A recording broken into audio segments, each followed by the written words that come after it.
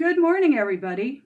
I'm coming to you from quarantine, and please don't mind the mess. I've had to turn my office back into a sewing room because I've been making masks for the nurse mafia, my friends that are nurses that need a mask. So I just wanted to check in and see how you guys are doing, tell you guys how I'm doing, and I wanted to talk about what I'm eating because I think this is really significant to what I've been learning about coronavirus. So since I'm home, we're going to take this off. Just wanted you guys to see how lovely it is. Okay, so I'm not going to do a video on sewing masks, to tell you the truth. I'm more of a, okay, let me do a little setup on this. In the sewing world, there are kind of two kinds of sewers. There's the craft sewers, specifically quilters, and then also craft sewers. And then there's women who sew clothing. They're more tailors. I'm more on the tailor side, like I know how to put a skirt together, things like that. Quilting, not so great at. And the quilters, there's Lucky. Hi, Luck. He's afraid of the ironing board, which I don't blame him. It almost fell on him the other day. The quilters are seriously like just fucking this up, man. They're so metal with the making the masks. I know a quilter from the Peace March, and she showed her masks that they're so much nicer than my masks.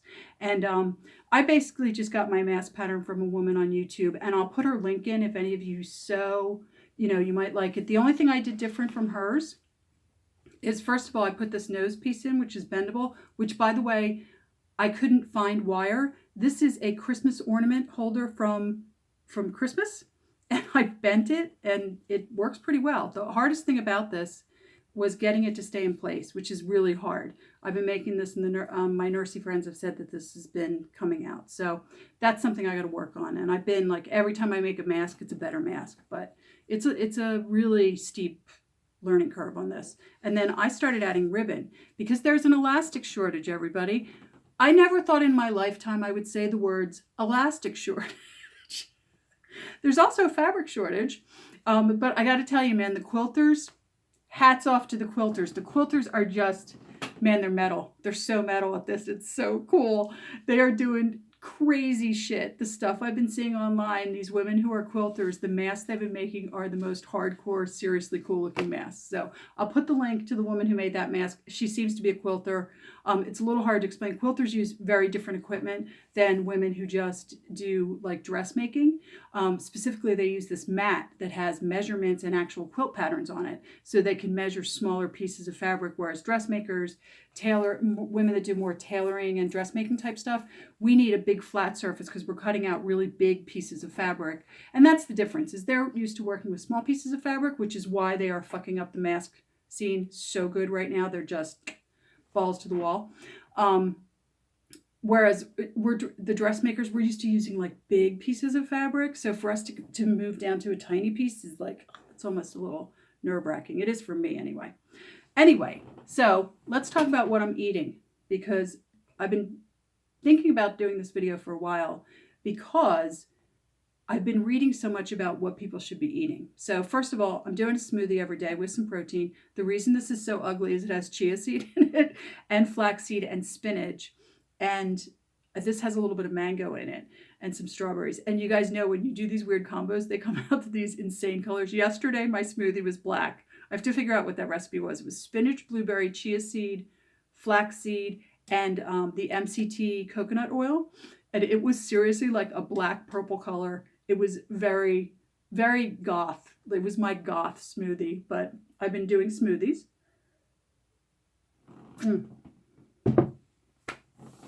That's actually delicious. But anyway, so I've been doing a smoothie every morning. I've been doing a smoothie with frozen fruit, chia seed, flaxseed, the MCT oil, and just like a protein powder. I've also been eating citrus, and I have been taking vitamin C chewable supplements. Everything I read, they're saying coronavirus doesn't like vitamin C. Helps your body's immunity. Well, it's not that the coronavirus doesn't like it.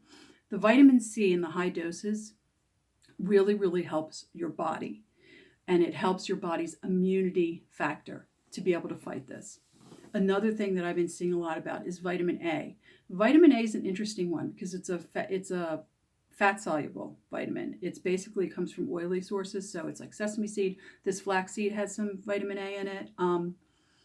Sunflower seeds, the actual seeds, I wouldn't do the oil, but the actual seeds have vitamin A in it. They come from oily sources. So, and the other one is D3, vitamin D. So they're saying take a little more vitamin D and get out in the sun. Where I live, it's cold today, but we've had these like record highs, like in the 60s, and it's been pretty beautiful outside. So I've been getting outside. And you know what? If you can get away from other people and get outside, like I've been walking my dog a little extra lately, getting the sun, getting like 20 minutes of sunlight helps to boost your vitamin D production. So vitamin C, vitamin D3, and vitamin C, and I've been doing the chewables. They're really high dose of like 1,500 IUs or something like that. No, I think they're milligrams. They're 1,500 milligrams. Another thing I've been doing besides eating a lot of citrus, because by the way, citrus is in season now, is I've been getting a lot of stuff like collards, broccoli, your Brassiola family. Also, asparagus. Your asparagus is so cheap. It's always cheap right around now. Passover, Easter. You're always going to have good deals on asparagus. Salmon.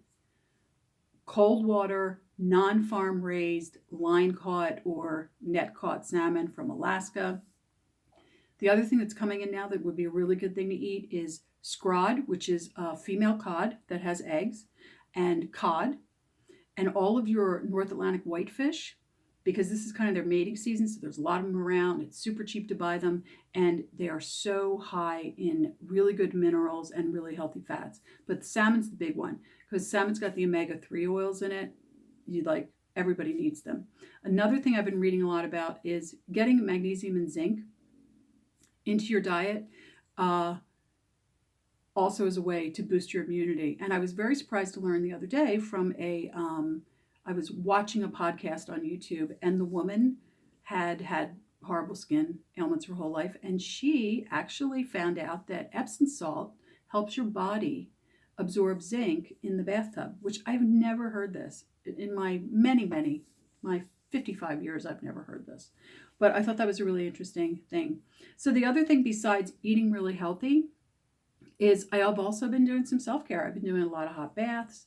I've been doing some, I did a rose face mask the other day on my skin, just basically hunkering down, reading, playing solitaire on my Kindle, reading on my Kindle, catching up on some of my favorite television shows, and actually rewatching a lot of my favorite television shows. I've been catching up on Supernatural, but I've been rewatching like Poirot and Miss Marple and some of the other stuff, and just doing stuff like that. But yeah, I just wanted to come out and talk about why I haven't been doing videos. And it's because mostly for a while there, I didn't have anything to talk about. I was just kind of following the coronavirus. And then I started making the masks.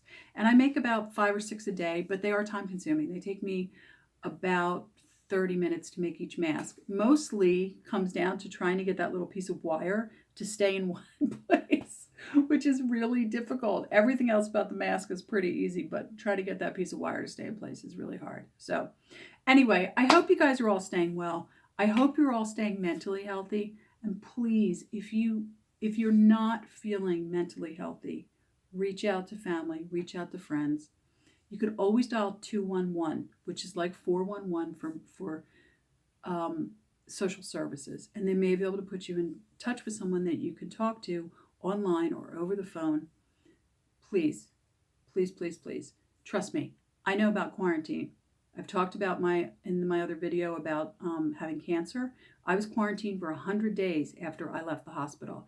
I was quarantined through Thanksgiving, Christmas, New Year's Eve, and Valentine's Day. Oh, and I got home before Halloween, gave out candy, had to go back in the hospital because I got sick giving out candy, but I wanted to give out the candy to the kids because it's my favorite holiday. So I know a lot about quarantine, and the best way to do quarantine is to kind of realize that you're not really alone. There's a whole world right out there, and you can reach out to it. Reach out to friends and family. Talk to people you haven't talked to in a long time. Maybe even create some forgiveness. Maybe you need to reach out to someone and say, I'm sorry about something. This is a good time. People are really a lot of people are focusing on the things that are really important. So this is a good time to reach out to people you haven't talked to in a while. So I'm going to do some more videos. I've gotten a lot of masks done, so I'm just going to slow down for a little bit. But I'll see you in the next video. Stay well. Please reach out if you need help, if you need mental health help. And yeah, hey, subscribe, like, ring the bell, you know, the whole yada yada. And I'll talk to you guys soon. Bye.